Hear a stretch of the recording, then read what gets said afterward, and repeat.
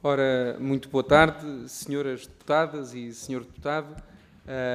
Bem-vindos a esta audiência que vamos receber hoje, o Movimento Cidadão Diferente, com vista à discussão do Decreto-Lei número 54 de 2018 e da necessária revisão do regime do subsídio de educação especial, enquanto consideram as pessoas que nos solicitaram esta audiência à Comissão de Educação instrumentos centrais para a concretização de uma educação inclusiva.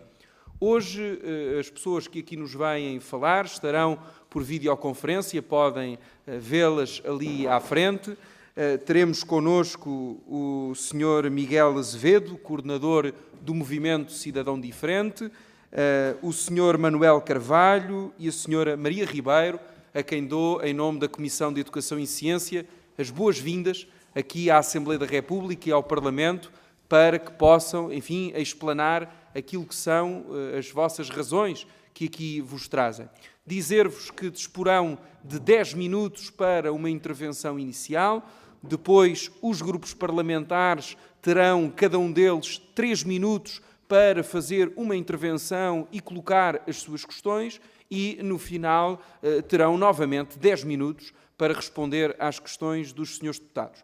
Dizer também que esta é uma audiência em formato deputado-piloto, sendo que, como tal, a presença dos grupos parlamentares é de caráter facultativo.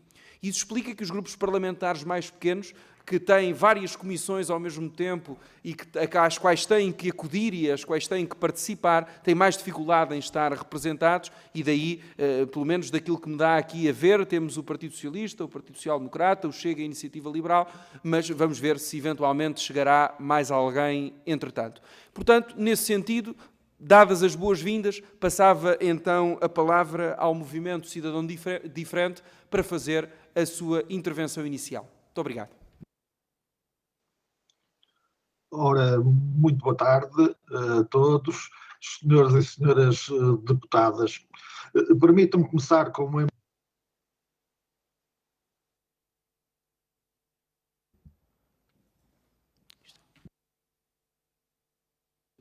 Sr. Doutor, não conseguimos ouvi-lo neste momento.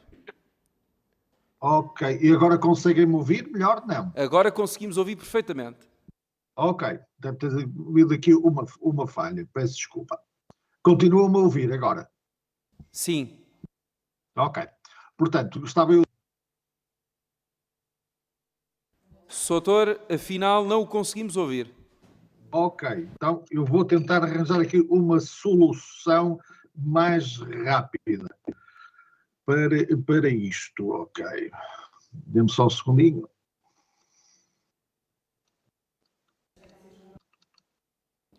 Sr. Doutor, se entender que a ligação ficará melhor não sobrecarregando tanto o dispositivo, retirando a sua imagem, da nossa parte nada obsta que faça esta audição somente com áudio. Ok, deixe-me só tentar.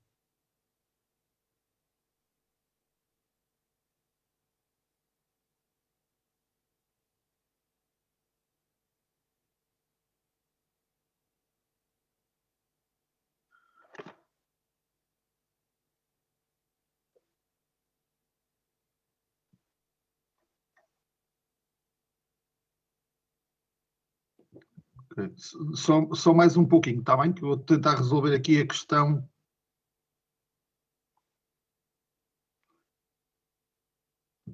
Estão-me a ouvir? Agora sim. Ok. Então consegui arranjar aqui outra solução e vamos ver se consigo agora explanar aquilo que queria dizer. Portanto, como eu estava a dizer, permitam-me começar com uma imagem simples, exatamente da construção de uma ferrovia de alta velocidade, moderna, ambiciosa, pensada para o futuro, mas no momento de colocar em funcionamento decidimos fazer circular nela automotoras a diesel, lentas e desadequadas. A infraestrutura existe, a visão está definida, mas os meios não acompanham esta ambição. É exatamente isso que hoje acontece com a educação inclusiva em Portugal. O Decreto-Lei número 54 de 2018 representa essa linha de alta velocidade, uma visão alinhada com os direitos humanos e com uma escola para todos. Mas no terreno, aquilo que temos são respostas insuficientes, desarticuladas e muitas vezes incapazes de cumprir essa visão.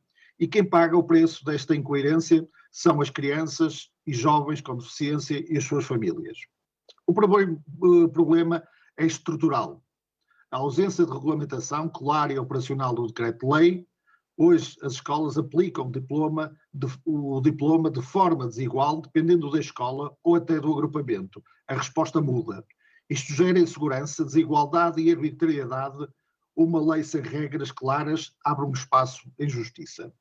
A isto soma-se a ausência de supervisão eficaz. Não há monitorização real, não há responsabilização e, na prática, não há consequência para o incumprimento. E quando não há consequências, as falhas deixam de ser exceção, passam a ser sistémicas.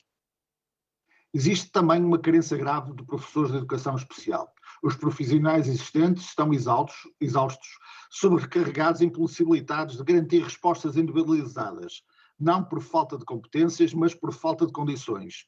E um sistema que depende do esforço individual para compensar falhas estruturais está condenado a falhar. Ao nível dos assistentes operacionais, a situação é ainda mais preocupante. Faltam profissionais, recursos e tarefeiros sem formação e, em alguns casos, sem verificação de registro criminal.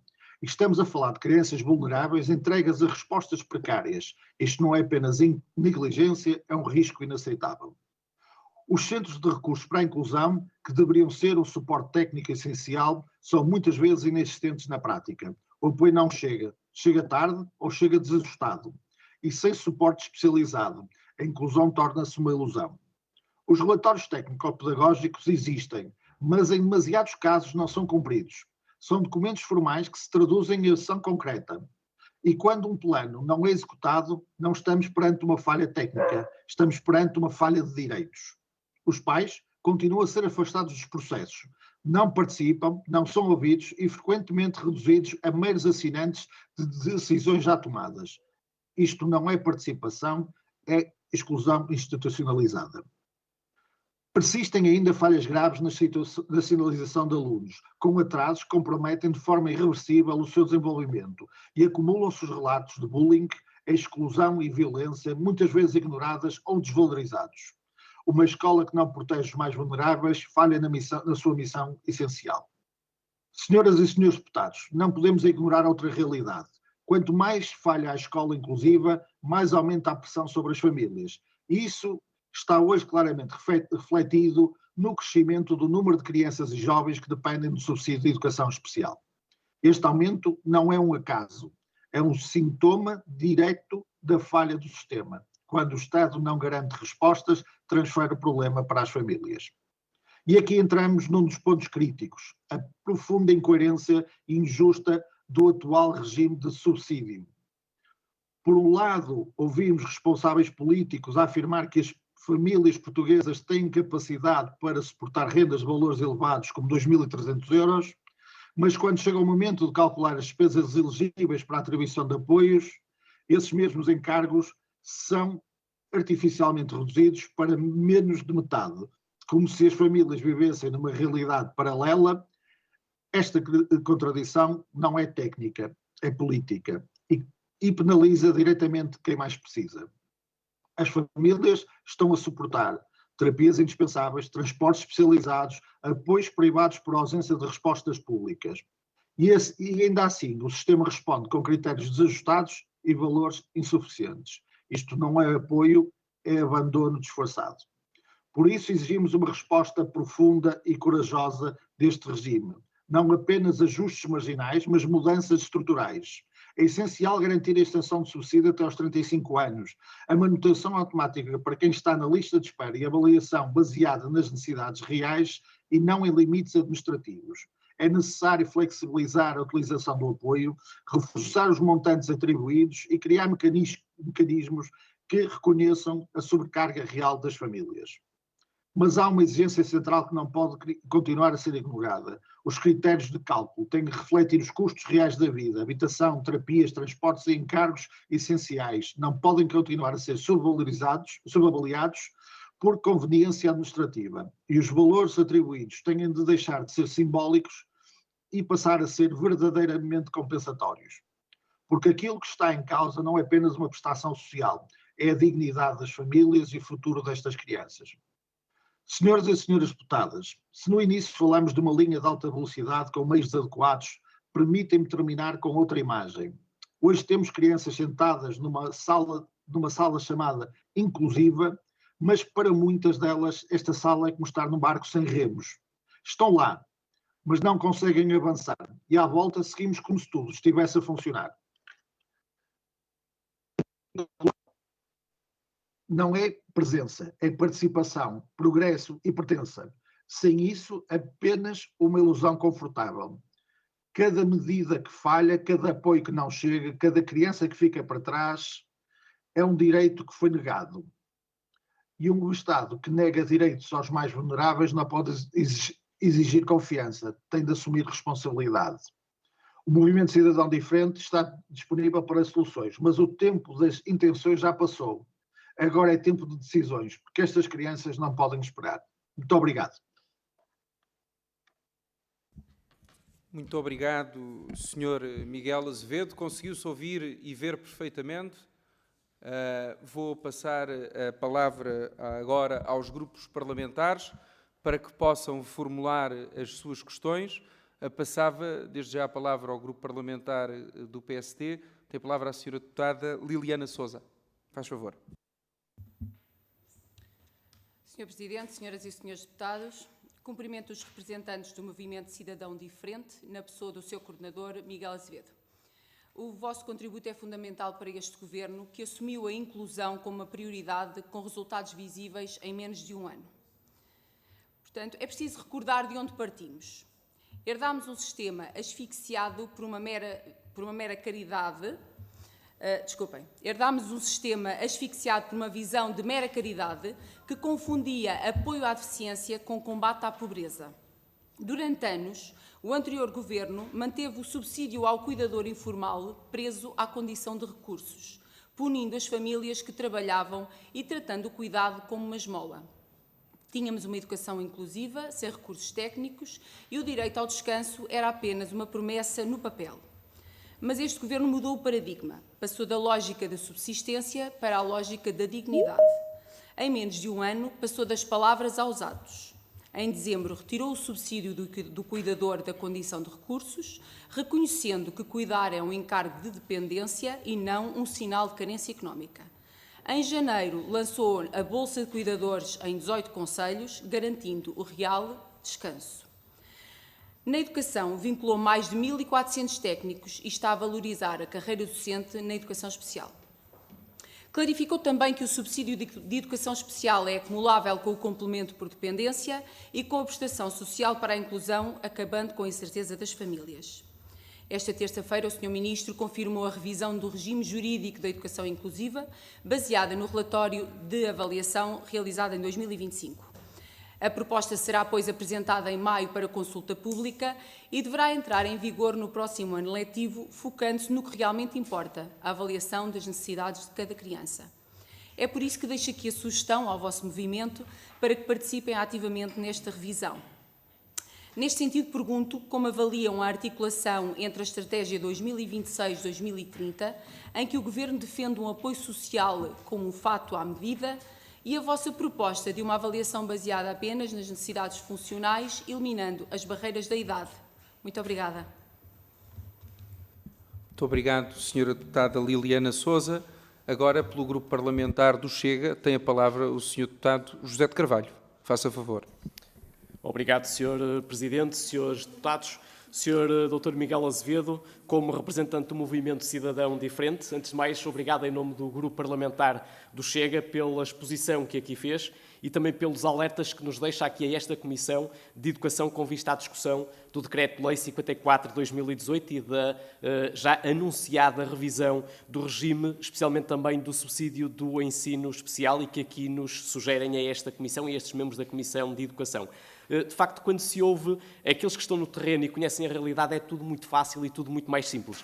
E o Dr. Miguel Azevedo fez-lo naturalmente também como pai, principal e responsável pela educação dos filhos e que espera um bem essencial, que é que a escola colabore nessa missão de educação, mas sem que a escola se substitua a essa missão primordial de educação. E isso, portanto, para nós é essencial. Por isso é que nós no Chega costumamos dizer que a educação é para a família e o ensino para a escola. E, portanto, nisto que é um princípio basilar de liberdade de educação, de liberdade de ensino, que é a família a educar e a escola a ensinar. E, portanto, vocês aqui trazem-nos relembram-nos aqui esse princípio básico e, acima de tudo, vêm aqui alertar para aquilo que são os mais frágeis de todos, de modo muito particular, as crianças e os jovens do regime especial. E como Chega é um partido de direita e com reais preocupações sociais, naturalmente este grupo parlamentar está sensível às preocupações que aqui enunciaram. Esperemos é que, de facto, agora nestes tempos em que tanto se fala da avaliação e da revisão do Decreto-Lei 54/2018,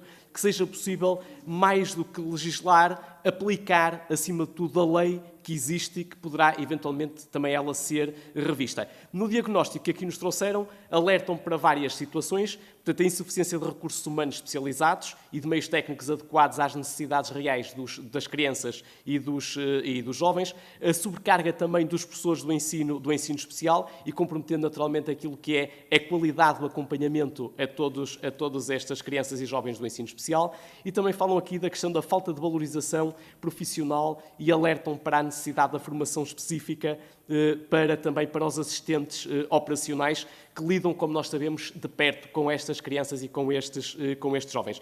A este propósito, relembro aqui apenas que o Chega apresentou um projeto para a criação da carreira de técnico auxiliar. A pergunta que se faz não é tanto para o Dr. Miguel Azevedo, mas é para os membros desta comissão, se de facto, quando da discussão e da votação desta proposta da carreira do técnico auxiliar, se os membros desta comissão estarão dispostos a aprovar.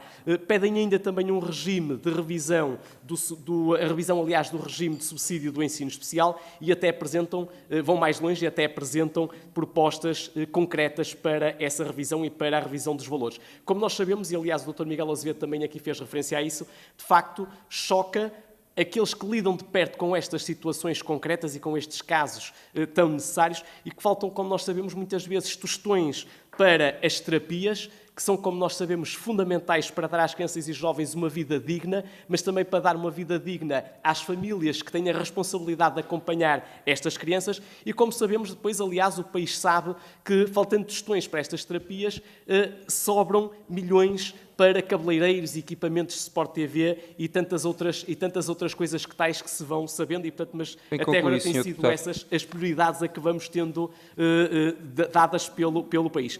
Entretanto, uma pergunta muito clara, sei que está o tempo muito bem, portanto o tempo está a ser ultrapassado, uma pergunta muito concreta é se fizeram chegar estas vossas preocupações ao gabinete do Sr. Ministro e se, eventualmente, a quando da entrega destas sugestões junto do gabinete do Sr. Ministro, se já há ou não alguma resposta por parte do Sr. Ministro. Muito obrigado, Sr. Deputado. Obrigado.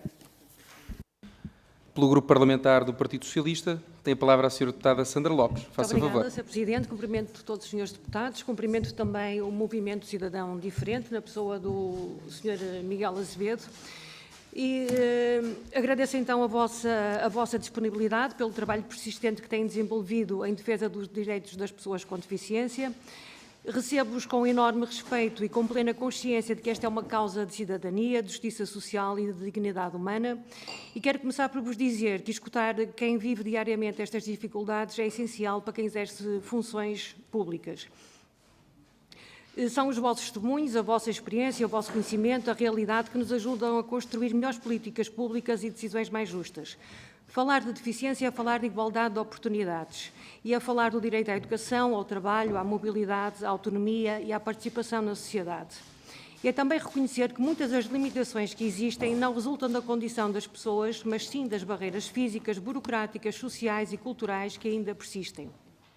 O Partido Socialista orgulha-se de ter contribuído para avanços importantes nesta matéria, nomeadamente no Decreto-Lei 54/2018, que afirmou uma visão progressista da escola inclusiva, colocando no centro a resposta à diversidade de cada aluno e defendendo um sistema educativo que deve adaptar as necessidades das pessoas e não o contrário. Mas também sabemos que há ainda muito caminho a fazer. A existência de boas leis e de bons princípios tem de se traduzir em resultados concretos no dia-a-dia das pessoas e das famílias. E é precisamente por isso que encontros como estes são tão importantes para nós. Queremos ser muito claros convosco. Não falamos aqui em nome do Governo. Não vos vamos prometer decisões executivas que não dependem de nós, mas podemos assumir algo que considero sério e consequente, que é a total disponibilidade para sermos aliados nesta causa. Disponibilidade para escutar as vossas propostas, para acompanhar os problemas que identificaram, para levar essas preocupações ao debate político e parlamentar, para sensibilizar o Governo, as entidades competentes e para tudo fazer no quadro das nossas responsabilidades para que esta temática tenha uma atenção prioritária que merece. Comprometemos também a continuar a defender uma sociedade mais inclusiva, mais acessível e mais justa, seja na educação, no emprego, nos serviços públicos, na mobilidade ou no combate a todas as formas de discriminação. Nenhum sistema é perfeito. O essencial é que exista transparência, competência, sensibilidade social e capacidade de corrigir aquilo que ainda falha. E, acima de tudo, que nunca se perca de vista o impacto real das decisões na vida concreta das pessoas. Contem connosco para ajudar a dar voz às vossas preocupações e para contribuir com seriedade e empenho para que esta causa continue no centro da agenda pública. Obrigada. Muito obrigado, Sra. Deputada Sandra Lopes. Pelo Grupo Parlamentar da Iniciativa Liberal, tem a palavra a Sra. Deputada Angélica da Teresa. Muito obrigado. Faça favor. Muito obrigada, Sr. Presidente. Cumprimentar os meus colegas e, naturalmente, os representantes deste movimento cidadão diferente. Eu não vou fazer aqui nenhuma proclamação política, vou fazer perguntas, até porque o Sr. Ministro, na última audição regimental desta semana, anunciou que iria brevemente apresentar a proposta do Governo nesta matéria.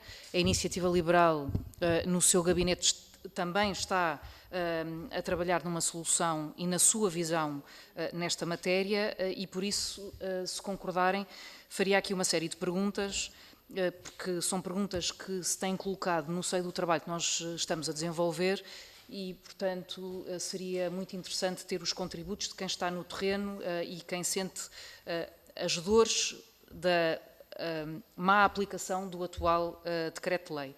Porque isso, aquilo que Vossas Excelências disseram aqui hoje, relativamente ao facto de haver uma falta ou entendimentos diferentes consoante as escolas, é uma das conclusões do estudo que foi encomendado pelo Governo e que foi elaborado pelo ISCTE. Ou seja, a lei existe, há leituras diferentes, há aplicações diferentes e isso, de facto, faz com que haja uma enorme discrepância a nível territorial na resposta que essas escolas dão. Eu não vou, dado que a Comissão é de Educação, eu vou única e exclusivamente cingir-me a temas da educação e não na componente da segurança social. E, portanto, nesta matéria, perceber essencialmente duas dúvidas que nos assolam, que é, relativamente a casos de deficiência mais profunda, se os representantes do movimento cidadão diferente, aquilo que defendem é uma maior articulação nas escolas ditas regulares, e se vedam, ou seja, se não concordam que haja a abertura de outro tipo de respostas mais especializadas em escolas de referência, IPSS ou escolas com contratos de cooperação. E, portanto, eu gostaria de saber qual era o vosso posicionamento sobre esta matéria. Depois, há aqui outro ponto que referem naquele rol de exigências que explanaram, que é a questão da extensão do subsídio até aos 35 anos, garantindo a continuidade dos apoios, e eu gostaria que explicassem um bocadinho melhor relativamente à questão da resposta educativa, se também acham que este apoio deveria, porque um dos pontos que vocês aqui referem é a flexibilidade do uso destes apoios que vos são atribuídos para inúmeras terapias diferentes. E, portanto, gostaria também de saber se esta flexibilidade que pedem no uso desse apoio, se também defendem que seja utilizada para soluções educativas diferentes daquelas que estão, enfim, previstas neste decreto-lei ou num novo que venha a ser trabalhado. E para já eram estes 2 pontos que gostaria que me esclarecessem. Desde já, obrigado. Muito obrigado, Sra. Deputada Angélica da Teresa. Vou passar para o Grupo Parlamentar do LIVRE. Tem a palavra a Sra. Deputada Filipa Pinto. Faça favor. Muito obrigada. Começamos também por agradecer aos representantes do Movimento Cidadão Diferente. Nós consideramos e concordamos todos que os alunos com deficiência devem estar na escola com os seus colegas, participando plenamente na vida escolar. E as políticas educativas não podem limitar-se apenas ao acesso e a apresentar um decreto-lei, devem também garantir os apoios adequados ao longo dos percursos educativos e na transição para a vida adulta.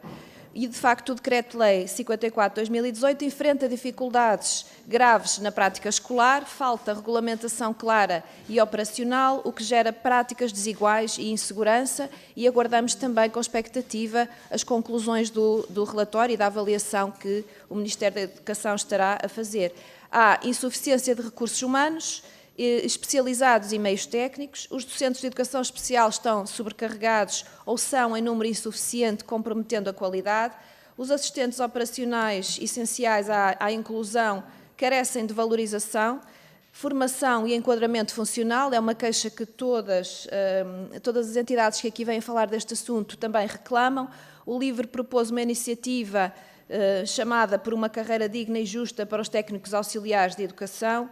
Curiosamente, votaram contra o PSD e o CDS, que também é habitual, a abstenção do PS, do Chega, da Iniciativa Liberal e do PCP, e votaram a favor o Bloco de Esquerda, o LIVRE, obviamente, e o PAN.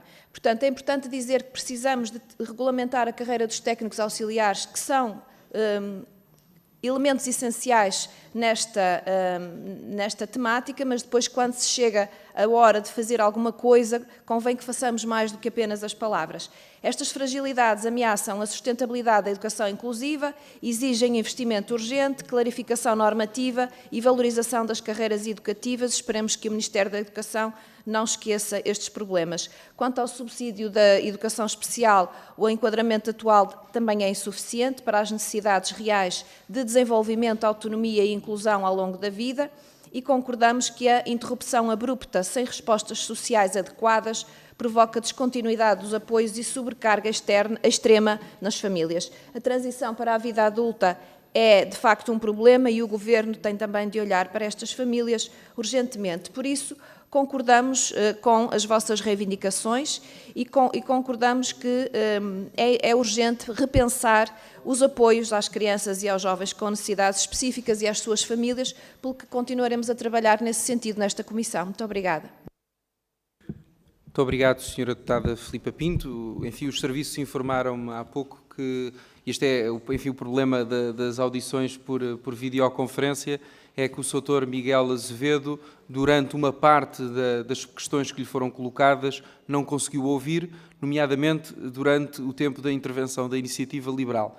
Pelo que, se fosse possível, a Sra. Deputada Angélica da Teresa concordasse, se pudesse sintetizar em breves segundos as questões pertinentes que colocou, eu acho que ficávamos todos a ganhar, inclusivamente as pessoas que nos solicitaram esta audição, e que seria do interesse de todos ouvirmos as questões de todos. Portanto, sendo assim, se quiser... Diga. Se for necessário prescindirmos de algum do nosso tempo da intervenção final, disponibilizamos para a intervenção da Sra. Deputada Angélica. Sim, sendo que não gastaram o tempo todo da vossa intervenção inicial, vamos doar esses 2 minutos aqui à Iniciativa Liberal para, se todos concordarem, para que consiga sintetizar as questões que colocou. Peço desculpa e obrigado. Muito obrigada, Sr. Presidente. Muito rapidamente, aquilo que eu tinha dito era que, dado que o Governo está a trabalhar numa proposta nova, nós igualmente estamos a a fazê-lo, gostaria de colocar várias perguntas e, portanto, uma delas era o diagnóstico que está feito, foi encomendado um estudo que foi publicado por parte do ISCTE. O diagnóstico é muito semelhante àquilo que o Movimento Cidadão Diferente também aqui explanou, que é o Decreto-Lei define uma série de regras, mas depois as escolas, os diferentes agrupamentos, têm leituras diferentes desse mesmo Decreto-Lei, o que provoca aqui uma diferença de oferta relativamente, enfim, mesmo no que diz respeito à coesão territorial do nosso país. E, portanto, aquilo que se pede, tanto nesse diagnóstico como por Vossas Excelências, é uma clarificação dos critérios que as escolas devem respeitar. E nós isso acompanhamos. A nossa dúvida é se concordam que independentemente do grau de deficiência dos alunos, se toda a resposta deve estar incluída na escola regular, ou se acham que, para casos mais complexos de multideficiência e deficiências profundas, deve haver uma resposta diferenciada, nomeadamente nas escolas com contratos de cooperação e nas escolas de referência, e se, eventualmente, se acharem que essa também é uma solução que tem que estar em cima da mesa, se essa oferta deve ser alargada, portanto, sim ou não, ou então não, a oferta tem que estar totalmente centralizada nas escolas regulares e, portanto, isso era a primeira pergunta que eu gostaria de colocar. A outra é, numa das vossas reivindicações, aquilo que dizem é que os subsídios devem ser alargados até aos 35 anos, pedem flexibilidade no uso desses subsídios e aquilo que eu gostaria de perguntar era se na flexibilidade do uso desse subsídio também consideram que seja necessário, tido em conta, diferentes ofertas escolares ou diferentes equipamentos escolares. Se para vocês isso também era importante ou não, se querem essa flexibilidade para outro tipo de equipamentos que não sejam os escolares. Muito obrigada. Muito obrigado, Sra. Deputada, pela capacidade de síntese. Penso que desta vez terá escutado. Sr. Miguel Azevedo, portanto, tem a palavra... Sim, escutei e consegui. Tem a palavra 10 minutos para a intervenção final. Ok. Obrigado. Eu também vou tentar responder a todas as questões que foram levantadas, começando pela intervenção da Sra. Deputada do PSD. Eu queria só fazer alguns comentários, acima de tudo. A questão era da necessidade do Ministério da Educação ouvir as instituições, os representantes das famílias, que são importantes e que até agora nunca fomos ouvidos, nunca fomos tidos nem achados em nenhuma decisão que tenha sido tomada até agora. As únicas comunicações que nós temos tido com o Sr. Secretário de Estado é exatamente remeter para os serviços do Ministério e o Ministério responde com respostas, mas desculpem a redundância, com respostas muito evasivas e sempre cheias de termos técnicos, coisa que nós o que queremos é resolução dos problemas, é que haja uma transformação de facto nestas questões. Então, nesta revisão, gostaríamos também de ser ouvido, porque acho que temos alguns inputs importantes para fazer. A senhora deputada também relembrou das várias alterações das prestações sociais, a questão do cuidador informal, mas também queria deixar aqui um desafio ao Grupo Parlamentar do Partido Social Democrático e a todos os grupos parlamentares aqui representantes e dizer que neste momento o Estado português, ou melhor, a Segurança Social, através de uma decisão do Tribunal Constitucional, foi decidido em sentença transitada já em julgado que o pagamento da prestação social de inclusão na sua componente base tem que ser paga na íntegra a menores e a maiores de idade, coisa que não foi feita até agora. A Segurança Social sabe disto, já os casos em que transitou em julgado e em que foi considerado culpada está a fazer a revisão, mas quando um Estado sabe que está a cometer uma falha e é chamada a atenção pelo Tribunal Constitucional, o que deveria era reparar a todas as pessoas que estão nessas condições, e o que fez foi tentar esconder esta decisão e não, de facto, corrigir o erro e corrigir através da sentença. Eu queria alertar para isto que está a acontecer e nós, enquanto movimento, temos chamado a atenção às famílias e já estamos aqui, juntamente das famílias, em estreita colaboração, em começar a fazer as reclamações e provavelmente nos serviços da Segurança Social nos próximos dias vão cair centenas de pedidos de reavaliação através desta visão do Tribunal Constitucional. Em relação aqui às perguntas do Sr. Deputado do Chega, peço desculpa que eu perdi-me aqui um bocadinho ao andar a entrar e a sair. De facto, a questão aqui, acima de tudo, é que o Estado tem sempre feito alterações legislativas, mas nunca tendo em conta as necessidades das famílias, nem tendo escutado de facto as famílias. Não sei em que estudos é que sempre que se vão baseando, ou em que opiniões, mas que as opiniões nunca coincidem com as das famílias. E de facto aqui há uma distopia entre as duas partes. Nas questões da senhora deputada, sim, a nossa flexibilidade, nós não temos qualquer tipo de problemas, até porque temos consciência de que na questão do subsídio de educação especial, quando foi feito, foi para os colégios de educação especial, coisa que já praticamente não existem muito poucos. Mas sim, consciência de que há alunos que por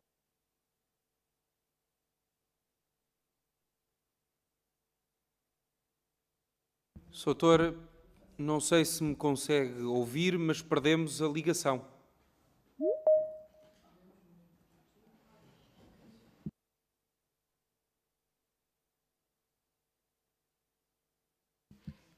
Soutor, não sei se nos consegue... Já estou a ouvir, peço desculpa. Eu estava nas respostas à doutora Filipe, acho que conseguiram-me ouvir aí? Não conseguimos... Ia começar aí quando deixámos de o ouvir. Portanto, se não se importar de repetir, acho que era por uma questão de... Acho que era melhor para todos. Com certeza. Peço desculpa. O que eu estava a dizer é que, de facto, sim, concordamos com essa flexibilização. A questão aqui, nós não somos contra qualquer tipo de resposta privada ou que esteja fora da esfera do Estado. Acho que as respostas educativas têm que ser, de facto, cumpridas conforme o perfil da pessoa e nunca por uma questão ideológica. Claro que nós teríamos muito mais, sentiríamos muito mais simpatia se toda a resposta fosse dada pelo Estado ou dentro da esfera do Estado e da escola pública, mas percebemos que algumas particularidades das pessoas com deficiências necessitam, de facto, de um apoio extra e de um apoio exterior ao Estado. E acho que é tudo. Não sei se têm mais questões a colocar. Muito obrigado, Soutor. Vou perguntar aos grupos parlamentares se consideram, uma vez que ainda têm 5 minutos, se há alguma questão daquelas que foram colocadas que ficaram por responder e se os seus deputados entenderem, podem, no fundo, exprimir quais é que são as questões que ainda têm que não foram respondidas. Sra. Deputada Angélica Teresa, faça favor. Sr. Presidente, muito obrigada, mas a minha pergunta não tinha nada a ver com a esfera privada, pública, muito honestamente isso pouco me importa. Aquilo que eu gostaria de saber era, e a minha pergunta foi nesse sentido, se acha que nos casos de multideficiência e casos de multideficiência profunda, se o Movimento Cidadão Diferente considera que deve ser a escola regular, naturalmente com as aplicações e com os reforços técnicos que forem necessários fazer, a receber e a acolher esses alunos, sim ou não, ou se nos casos de multideficiência profunda deve haver uma resposta adequada, nomeadamente, e aí, enfim, podem ser escolas com contratos de cooperação ou outro modelo qualquer, pode ser escolas de referência, IPSS, o que for. Se considera que esses casos de multideficiência ou deficiência profunda devem ser reencaminhados para essa oferta mais específica. Era nesse sentido que eu centrava a pergunta. Sr. Dr. Miguel Azevedo, conseguiu perceber a questão que foi formulada novamente? Sim, consegui. Pronto, mas agora... Exato, isto agora não é novo. Vamos só fazer um ponto de ordem só para perceber se o conseguimos ouvir. Porque não, agora foi com cortes novamente. Pode falar claro. só para ver se o conseguimos ouvir. Ok. Exatamente. O que eu quero dizer em relação a isto, nós não... Outros pais que andam aqui no movimento, nós já tivemos esta experiência da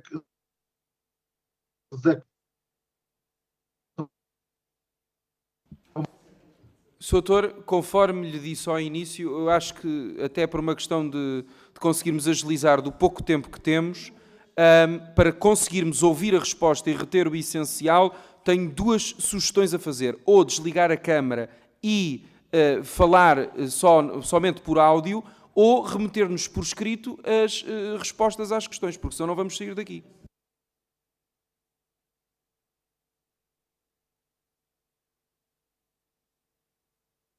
Ou, estando outros representantes do movimento, se quiser passar a palavra a algum dos seus colegas para responder às questões, da nossa parte também nada obsta.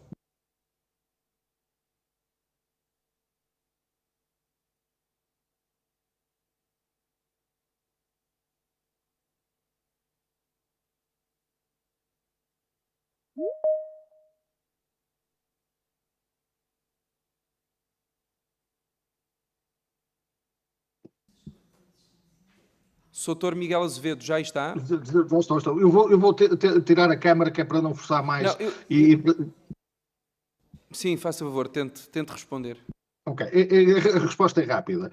Para nós, a resposta para qualquer aluno com qualquer tipo de deficiência, multideficiência, autismo, surdez-cegueira, a resposta da escola pública deverá ter resposta como já teve com as escolas de referência. Eu acho que, de facto, aqui o grande problema foi tentarmos deixar com que os alunos se espalhassem e não os concentrássemos. Se isto, claro que tem alguns problemas da questão de criarmos guetos, mas a verdade é que a resposta educativa estava concentrada, era muito melhor e era muito mais ágil para estes alunos.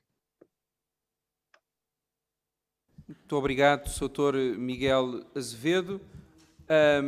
Terminava esta audiência, lembrando que existem, relativamente a esta matéria, uma série de projetos de lei e de iniciativas legislativas que se encontram em fase de consulta pública, às quais o Movimento Cidadão Diferente, se for vosso entendimento, pode emitir o seu parecer ou o seu contributo. Naturalmente que também fica ao critério dos grupos parlamentares a apresentação de iniciativas legislativas sobre as matérias aqui discutidas. E deixo também a nota para que, em sede de Comissão de Educação e Ciência, possamos seriamente repensar este tipo de modelo de audiências, porque, francamente, penso que não temos condições para estar a assegurar a plenitude dos trabalhos quando não conseguimos garantir que conseguimos todos ser escutados e todos ser respondidos neste modelo da videoconferência. Deixo também essa reflexão para depois, em sede de Comissão de Educação e Ciência, podermos ter este debate. Muito obrigado, boa tarde a todos.